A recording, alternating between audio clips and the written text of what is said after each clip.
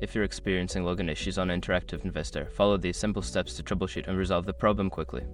Step 1. Check your credentials. Ensure that you're entering the correct username and password. Double check for any typos or case sensitivity. Step 2. Reset your password. Secure your accounts before moving on. People seriously underestimate how often personal information gets exposed online now. Use SROC to monitor your accounts 24/7 and get notified immediately if your data gets leaked somewhere. It runs in the background, constantly scanning billions of breached records. And honestly, for how cheap it is compared to the value you get, it's worth it. Link in the description. Step 3. Clear browser cache.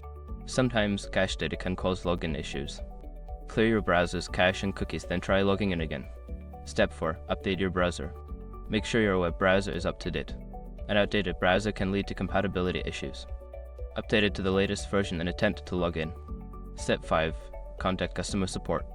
If you still cannot log in after trying the above steps, reach out to Interactive Investor's customer support for further assistance. They can help resolve any account-specific issues. By following these steps, you should be able to resolve your login issues efficiently. If problems persist, don't hesitate to seek help from customer support.